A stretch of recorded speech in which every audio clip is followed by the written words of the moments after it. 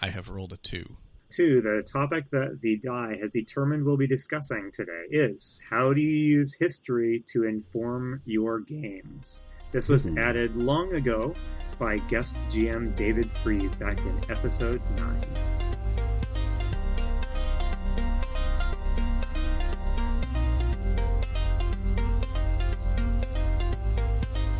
Hello, and welcome to Roll for Topic, a roundtable discussion about running role-playing games. My name is Chris Salzman. My name is Andy Rao. And this week we are joined by Matt Wilson. Hi, yeah, I'm Matt Wilson, and I would like to thank Chris and Andy for having me back on. Yeah, thanks for coming. Yeah, you were with us way back in the beginning in episode 3. You came on as a guest. Okay. I think maybe our first guest. Presumably we've learned something since then about how to do this, so hopefully it's a little bit better and smoother. Do you remember what we discussed back in episode 3? I feel like we talked about GM screens. GM screens. I think you're right, yes. That sounds right. Yeah, because all the topics like since then that our guests have added have been much better than that. So that sounds about right.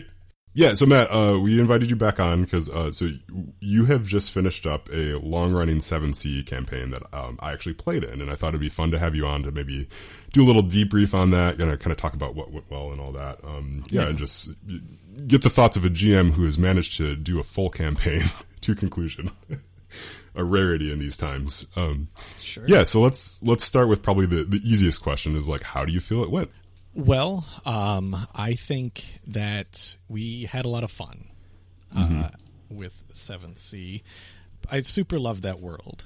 And there was actually an interesting thing happened there, which was as Masks of Nyarlathotep was winding down, I started thinking about prepping a new game. And I had collected basically every 7th Sea First Edition book that I could, and I played the card game, and I was in love with that world, and I knew I wanted to play a 7th Sea game. So that was one of the options, and that turned out to be the option that you guys selected.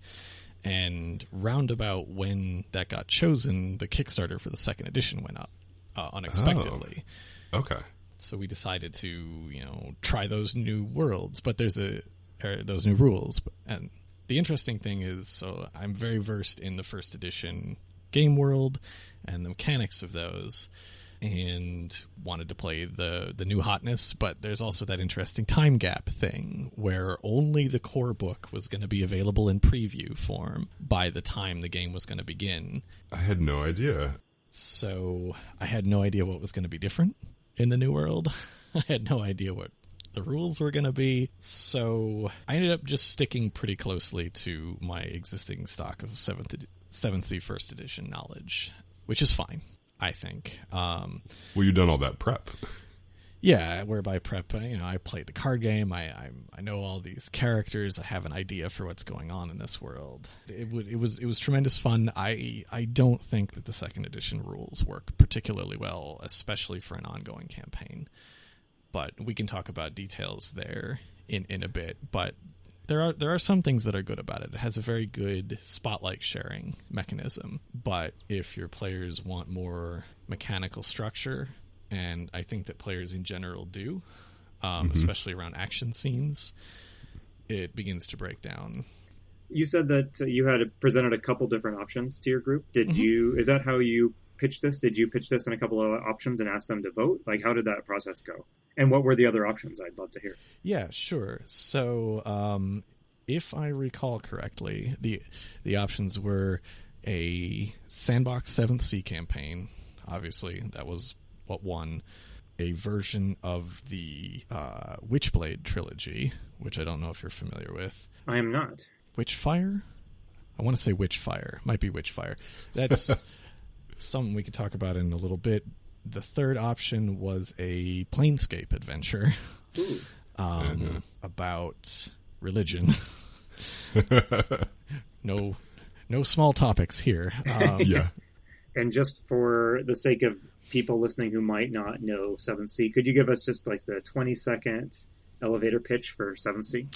Yeah, so 7th Sea is a fast-paced swashbuckling and sorcery game where your characters play the sort of heroes from like the classic age of Hollywood cinema, Errol Flynn and swinging on chandeliers and sword fights with villains who twirl mustaches, and added to that, layered on top of that, a fantastic element where basically every fairy tale that you've read is true, and there is magic in the world as well. So you described this as a sandbox campaign. I think that probably answers the question I'm going to ask, but I'd like to hear some of your thoughts on where on the spectrum from the extreme of totally open-ended sandbox, nothing preordained, we just drop you into the world and see what happens, and on the other end of the spectrum, so a situation where you have a very specific story in mind for the characters, where did the campaign end up falling in practice? So I guess I have to qualify that a little bit. It was very sandbox for me. I'm very strongly a narrative forward sort of GM, and player too, for that matter. Mm-hmm. But for this one, my idea was that I'd get these player characters together and moving in a direction, and then I would throw plot hooks at them and see which ones they latched onto. And over the course of our story, things that didn't get latched onto or didn't seem to be producing, great peals of laughter and excitement at the table would just drop out until there was something that I heard from my players want to accomplish.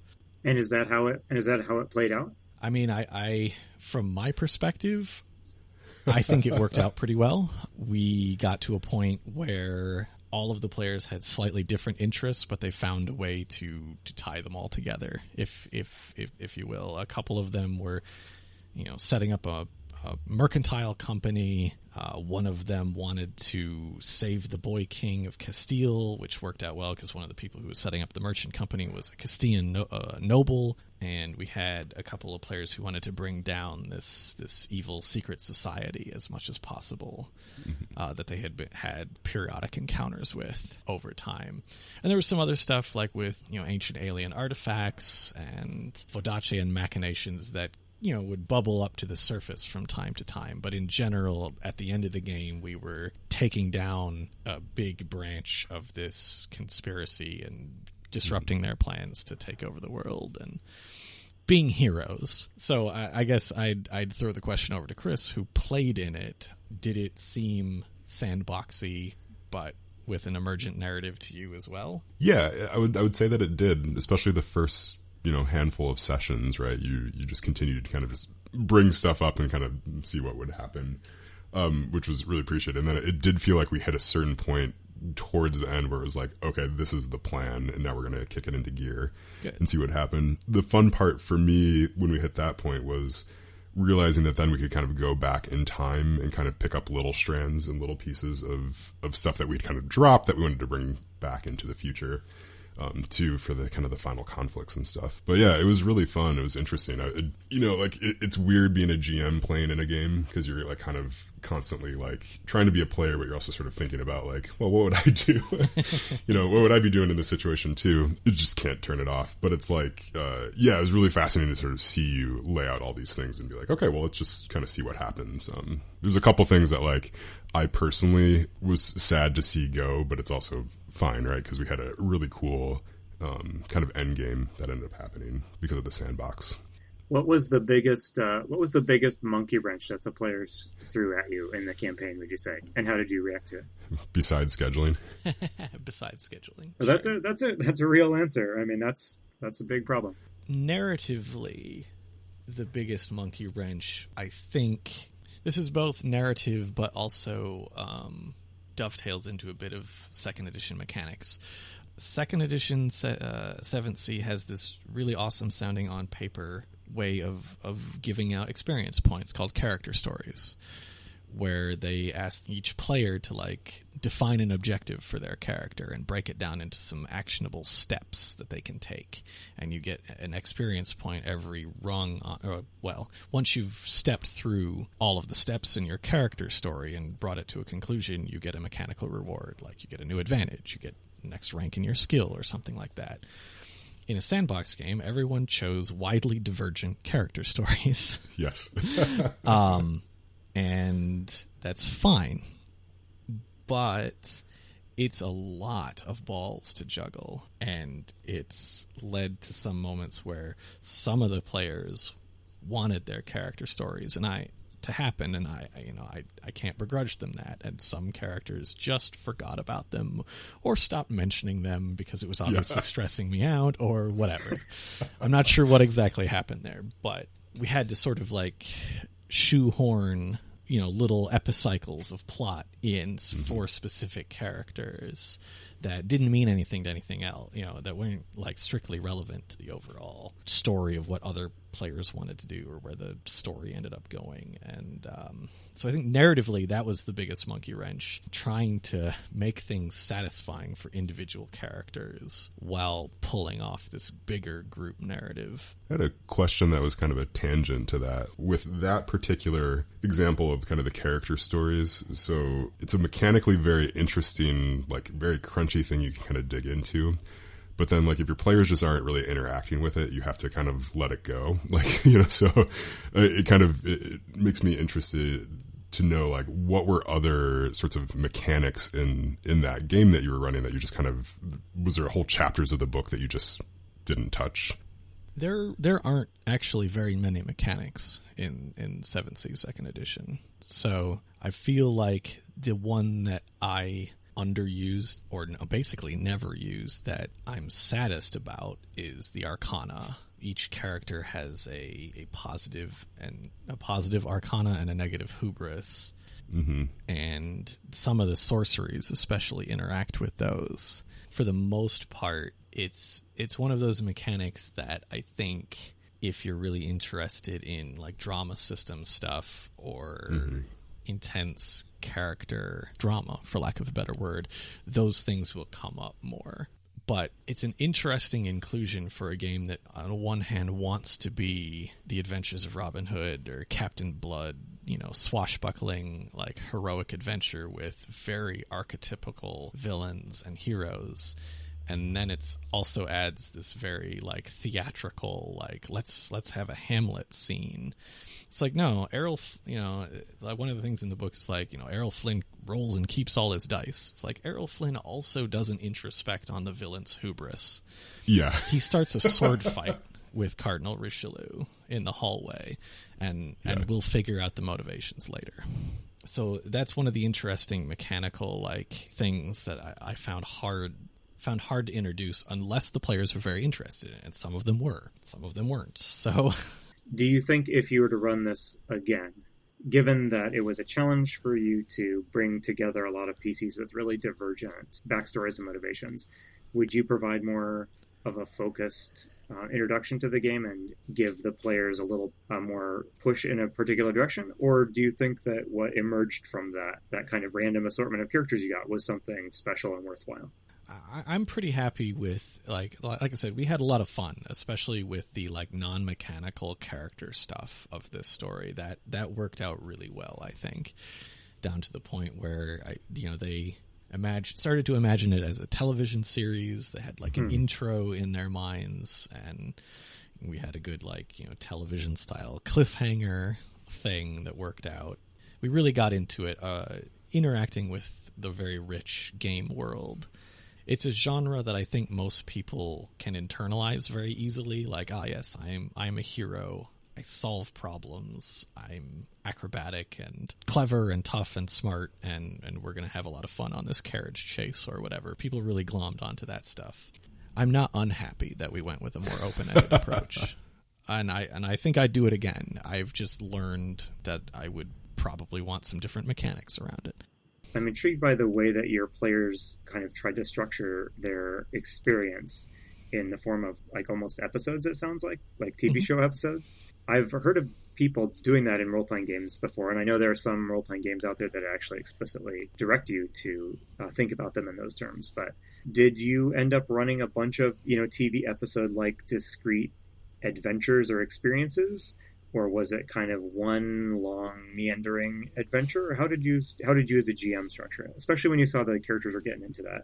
Especially early on when I was introducing more plot hooks, my prep would generally just be like, okay, here's 5 different short one-shots, effectively, that I'll suggest to them, and I'll see what they grab onto, and, we'll just get into that and play that one out. As I learned what they liked, I tried to line up more things that I thought they would grab onto and run with. So it definitely was a long series of individual adventures. After the beginning chapter, I was really just throwing things at the wall and seeing what they liked. I broke out the subsequent chapters on more thematic lines, if you will. Like, there's still a bunch of discrete adventures happening, and that you can see a narrative taking shape there. But like a TV show, what we're doing this episode is figuring out how to open up our winery that we have inherited. Mm-hmm. And what we're doing this time is, that turned out to be a multi-parter, because as it turns out, we met this crazy young girl here, and we now have to solve a problem where she's going to burn this entire area to the ground. And then we'll roll from that into, okay, now we need to sell our wine. And while we go do that, we discover that, there's this undead pirate that's been sinking ships, and that's a callback to something in the past. And if they bite onto that, then I'll keep bringing the undead pirate back. Or what have you. So there were some themes, like the adventure of setting up a business, the adventure of thwarting the Montaigne invasion of Castile, the adventure of finding out that the Atavian trading company is surprise, very evil. 7th Sea, the topic we rolled about incorporating history into gaming, I'm kind of pleased we rolled that one when we had you on to talk about 7th Sea, because 7th Sea is pretty much swashbuckling, real world Europe with the serial numbers filed off. Is that an accurate description? That's very accurate, and it even gives you a date, which is kind. 1668. Okay. 7th Sea games canonically begin in January of 1668. Of course, it's not our 1668. The world is different in some easy to identify ways. A lot of what I'm going to say is probably more to do with 1st edition. The game world has changed in 2nd edition, but it is substantially similar. So I guess on the margins, if you're listening to this and thinking I thought they had added this or that in the 2nd edition, they probably did. They probably did, and I just didn't read it. I haven't thoroughly internalized those books yet, though. They've done some really great work with making sure it's not just Europe. Did you adjust anything, though, because of history that did you adjust anything as part of the game? I know, just say, towards the beginning of the game when we were talking about setting up the mercantile exchange, there was sort of a discussion about, historical company setups and things like that. We were getting a little bit into the weeds about, should this be an LLC or a company or a S-Corp? I think where I brought things in from history is around the edges. I think that the core books give you enough of a sense for the world. They are really well written in terms of background. Yeah, before, say, we launched off into our Atavian trading company, which is in the version of the Caribbean in the New World. We ventured off into that territory before the supplement for that area came out. So that's definitely an area where I drew on my knowledge of how the Dutch East India Company and the equivalent companies in the Caribbean were set up, knowing a little bit, because of hints in the core book, the direction that they were going to go. I started painting in the picture that they had sketched out there. And for little things like the war between the nation of Montaigne and the nation of Castile, my descriptions of that are going to be more rooted in what 17th century combat was actually like than the more fantastic elements that, the 1st edition brought up. They've built a mighty wall like the Great Wall of China. It's well, they probably didn't do that, but they probably dug, this sort of fortification, that sort of thing. But again, that's just on the margins. In terms of how history influences this setting specifically, I think they've done a really good job with that. And you can give your players, check out a Three Musketeers movie or the latest TV show, check out, Pirates of the Caribbean, and you have a sense for the swashbuckling version of history that's in play here. what is added, and I apologize if this question comes across as sounding negative. I don't mean that in any way. What is added when you run a game like 7th Sea that is very much based on real history, but then, like I said, with serial numbers filed off, why play 7th Sea rather than a game set in real history, but with just a few fantastical elements bolted on? What is gained when you do that? And why are you interested in running 7th Sea, but not 17th century? But not Zweihander. Yeah. A couple of things. One is that right off the bat, you solve the problem of inclusiveness in player characters. It's based on a historical world, but unlike our historical world, the European continent has not, to the same extent, dominated the rest of the world, and are in fact never going to. There are equals of European societies, both in technology and magic and whatnot, around the world that still retain the flavor of our world's Africa, or our world's Americas, our world's Asia. You don't have to get into debates over well, would a Mayan character have the ability to do this? No, they have a society that is on the same technology development. It's different, but it's they're also out exploring things and interacting in the world. And you also have the game is very clear that it's not a patriarchy. It's a world that reflects modern aesthetics and ethics about a lot of that stuff, except for villains, conveniently enough. So that's one thing that you get there. The second thing that you get there is that you get not just our history, but you get a mythic version of each of these societies. So it's not just 17th century Europe. For instance, the analog to the United Kingdom is called Avalon in 7th Sea, and the Avalon that's there is very clearly some weird fusion of the King Arthur legends and the Elizabethan era of the 1500s. Actually, it's what if Queen Elizabeth, but she was King Arthur, and they had problems with fairies. So it's recognizably the United Kingdom, but it's we've thrown in all these mythic cinematic elements. And the same thing for what's called the Crescent Empire, the equivalent of the Ottomans. It's what if the Ottomans, but they have an empress, and they're dealing with tribesmen from the desert. They have an uprising of tribesmen from the desert. Well, that's 19th century Ottoman history. So they've managed to take elements of, and they've worked with authors who really do know their regional history well. So it's not some weird 90s hackneyed effort by a bunch of white guys who have read books to do it. They did, especially with the second edition, reach out to people who knew that history, knew that literature especially, and devised a mythic history for each part of the world. That's fantastic. So that's another thing you get. And the third thing you get is magic. I wouldn't have thought to frame it in the context of inclusion like that. But that is a really great point.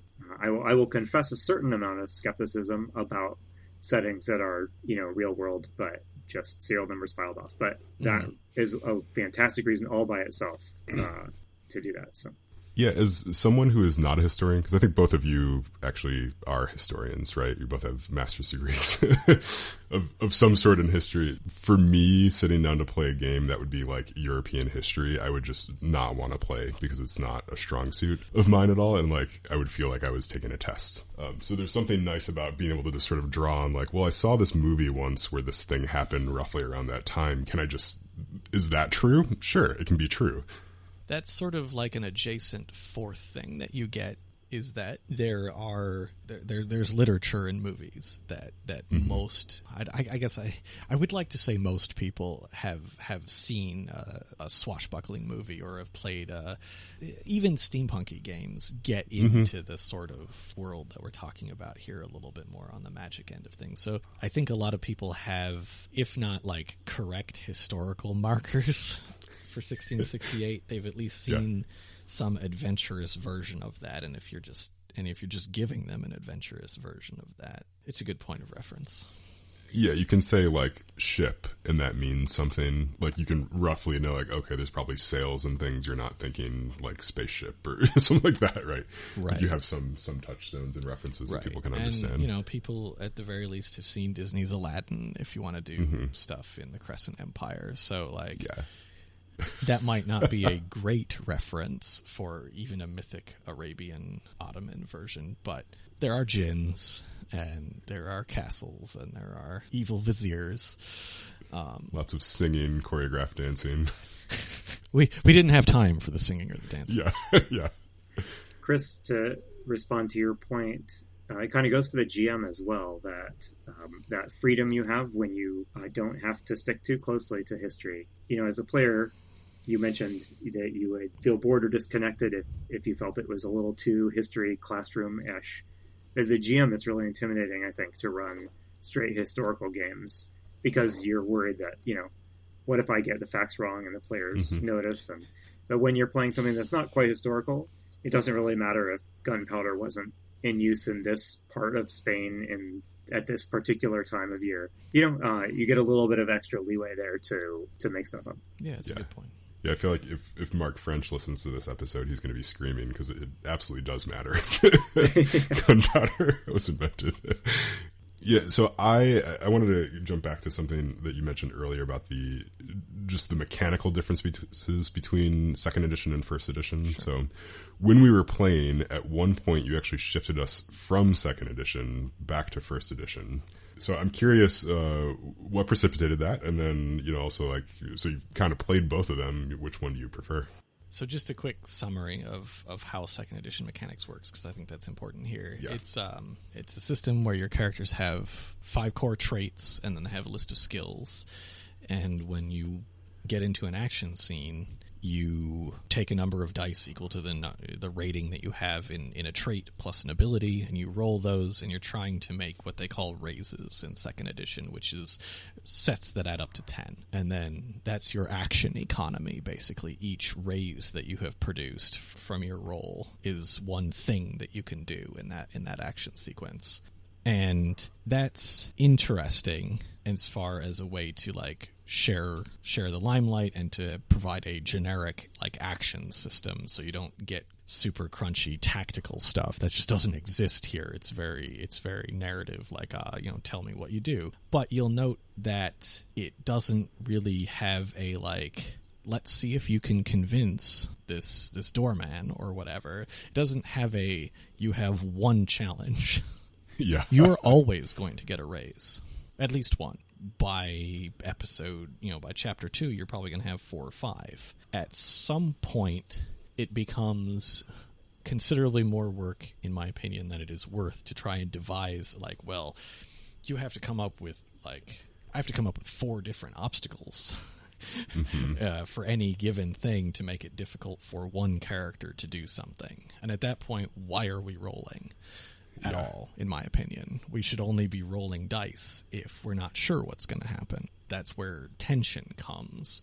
So the other thing that happens mechanically with the raise system is that some characters, particularly those who want to do swashbuckling action, are going to get at least twice as many raises as everyone else. Twice as many actions in a combat scene. And with the rules as written, they're going to take all those actions first. And it's going to be half an hour before anyone else gets to do anything. I see what they're trying to do, which is provide a system where it's very freeform, right? Like, you have this action, and it's good for most uses. It's a success at something. It's overcoming an obstacle. It's setting another character up for success, or it's dealing a point of damage out.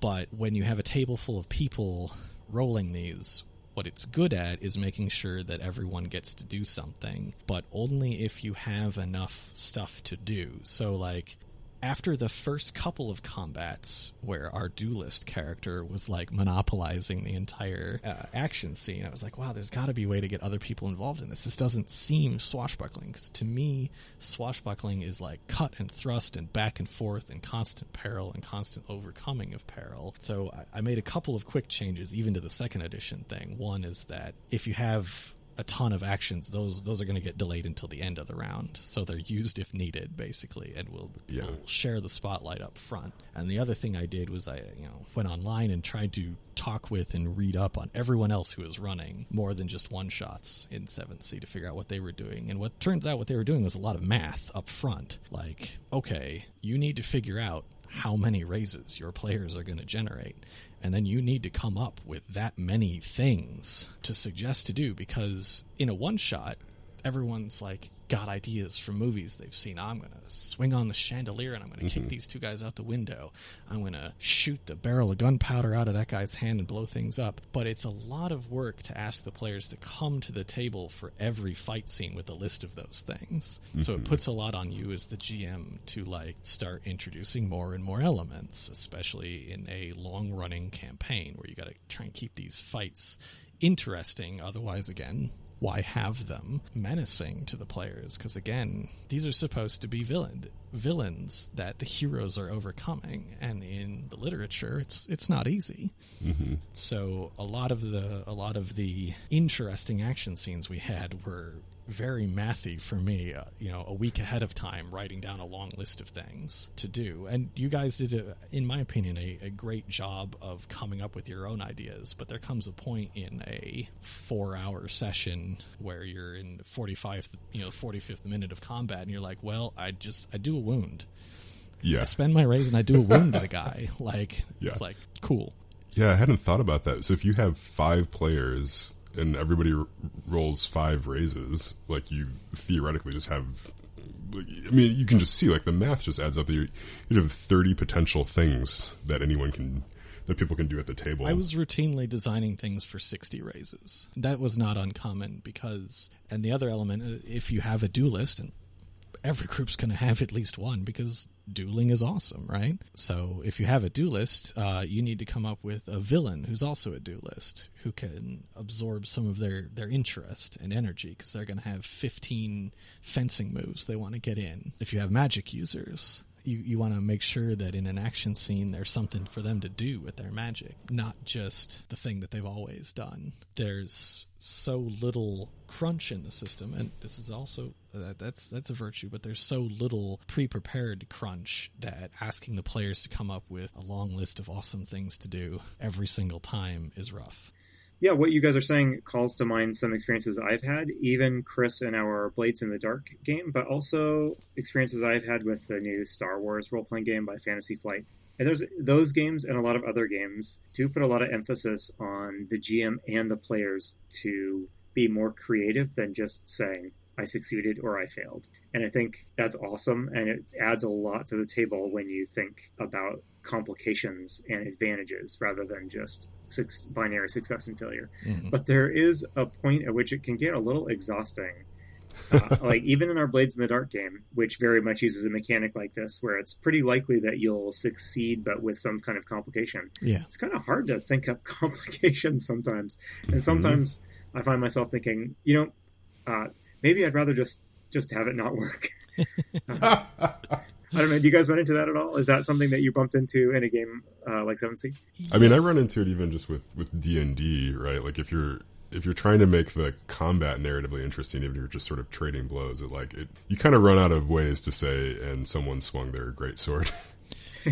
Yeah. And it's not just that in 7th Sea, which, and this cuts to the core of my disappointment with the second edition. 7th Sea is relentlessly linear in that, on average, the party's going to generate X raises, which means that on average, everyone knows how this is going to turn out. There's not a lot of mystery. And again, my feeling about action scenes in games where we want to get in and like roll some dice and show off how cool our characters are is that the point of doing that is because we're not sure. Our characters are taking risks now where they might be exposed to danger. But in a system that's like okay, I know I'm going to have at least 5 successes just before I've even rolled the dice. There's no way I'm not getting out of this, unless I, as the GM, get linear right back and be like, well, no, surprise, there's 600 of them this time, in which case they're not going to fight at all. One thing that the first edition system has going for it, and it's a very, very 90s, very crunchy system that I don't fully endorse either, but one thing that it has going for it is that you don't know if you're going to succeed or not in a contest with a villain, in the way that once you've gone up against a couple of villains in second edition, you size up the number of dice the GM is picking up, and you're like, okay, I got this. This is fine. Yeah. And there's literally nothing that the GM can do short of invoking the very linear, like, well, if the villain spends a danger point and a raise, they just win. And it's like, I don't feel good doing that to my players, so maybe that's a me problem and not a system problem. I think that'd be a problem if you did feel good about that. Right. It's rough enough on players, in my opinion, when something narratively interesting but bad happens to them. to have a system that hinges upon the GM creating danger just by fiat declaring, oh. And it's even in the core book. The example is like, well, at this point, the villain reveals that they've lined the room with explosive bombs. And it's like, did they? Yeah. Was that a cool thing to spring on your players? And I know they get it this one time, and that's probably great for a one-shot. I really do feel like the second edition rules are probably really great in one-shots or short segments, but trying to launch a whole 2-year story in it felt awkward. I should go back through my emails, because I know after the first couple sessions I sent Andy some pretty long ones about like how amazing 7th Sea is and how it's revolutionizing everything and it's amazing and I love it. Those emails kind of dropped off at a certain point, and it was not because of the story. It was just mechanics. It was like, because we hit that point where a couple of the players who were going pretty heavy on combat sort of focused things were just getting tons of dice, and it's just like, if you're not doing that, then you're just sort of watching someone else play a different game, which is fine. Like, it was still enjoyable and all that, but it kind of lost some interest for me there. But like the story, it was just like, the story and what the system and the game could kind of bring in terms of like these fun narrative moments and swashbuckling action and stuff, where it was super great. So we should probably look towards wrapping this discussion. Oh yeah, Sure. But I had a question for each of you. I'm going to put each of you on the spot, and we'll start with Chris. Mm-hmm. Chris, my question for you is, having played for 2 years? That's how long this campaign went? I think That's fantastic. Having played for 2 years with Matt here as GM, what is a GMing trick or strategy or devious scheme that you are going to take away from that 7th Sea game and start using in your own games that you run? What has Matt taught you? Just one trick. There was a fun story moment. Well, there's 2 fun story moments where I just fell like hook, line, and sinker for for certain NPCs. So there's one character who was just kind of this unassuming little teenage girl who turned out to be like the darkest, most evil necromancer ever. But I just was like, oh, this is perfect. I have to save her. I have to do everything that I can for her. And then when that reveal came, I was very shocked, right? So that was fun, kind of like just playing into sort of stereotypes, and just fell for it. The second one was one of the Vodachian princes he was just going on and on about like wheat trade and like all this boring stuff, and we all kind of ignored him, and then it turned out that he was the one that was behind some sort of grand conflict and stuff. So I think the thing that I'm going to get from Matt is to not be afraid to have sort of like boring or stereotypical characters that you can use to trick the players. That's awesome. And Matt, how about you? What do you think of Chris, really? No, but what are you taking away from this experience to your next game? You're starting up a new game of Eternal Lies using Trail of Cthulhu or some sort of variant, right? So what are you going to take into the new campaign from this one? I'm very self-critical about things, so it's like I got a long list of things I'm going to try and do better next time. I guess there's 2 things, really. One, mechanically, which is that I'm going to try and make sure that I'm going to try and do a better job when players tell me they have a thing that they want to be really good at, that they get to be really good at that before the end of the story. because we had that happen again. It was sort of a knock on from like the character stories thing, where it took so many steps for them to get the capstone piece to their character sheet that it was like by the time we had time to do all of that stuff, the story was ending. So it was like, okay, cool. You got your really cool advantage, and you got to use it in the climax like once. So that wasn't good enough. The other thing I think narratively that I'm going to take forward is that I'm going to try and listen to my players when they invent NPCs and try and bring those along. Because it's awesome that Chris liked a couple of the NPCs that I came up with, but a thing that I had hoped would happen that didn't end up happening as much was that the group would come up with NPCs. So sort of an extension. Just, listening to my players better, basically, is always on the top of my list. That's great. Well, yes, Andy, like you mentioned, we should probably wrap this up so we don't go too super late. But Matt, if you can, and sorry to spring this on you, but we need to replace the topic that you rolled. I know we didn't talk about it too much, but I think we did touch on it. So we need to replace that topic with a new one, possibly of your choosing, if you have anything that you want to add to the table. And you will be one of the few people that have two topics on the table. No one has yet rolled a 6 from the earlier time that you were on the show. Yeah, I also feel like we didn't really talk enough about history, but a topic that extends from this that I would add, or that I would be interested in hearing other people's thoughts on, is mechanics that make sure that the narrative limelight is shared are still very interesting to me. And I think that at its core, that is something that 7th Sea 2nd Edition does well. So I guess the topic that I would add is, what are some good tips or tricks that you know of for making sure that narrative spotlight moments are at least offered on an equal basis? That's really good. That's a good one. Cool. All right. Well, thank you so much, Matt, for coming on. This was super great. And thank you on behalf of all the other players for running that campaign. But thanks for coming on. Tremendous fun. And again, 7th Sea World is awesome. And yes. I definitely plan on revisiting it. Yeah, I think it's good. Well, well, thank you so much. This has been Roll for Topic. I've been Chris Salzman. I've been Andy Rao. Remember? I've go ahead. The guest, Matt Wilson. Yes. I'm going to interrupt the host. I've been guest twice. Yeah, you can. Third time, you're just going to run the host it. Now, yeah. Yeah. Remember, if your players are having fun, you're a great GM.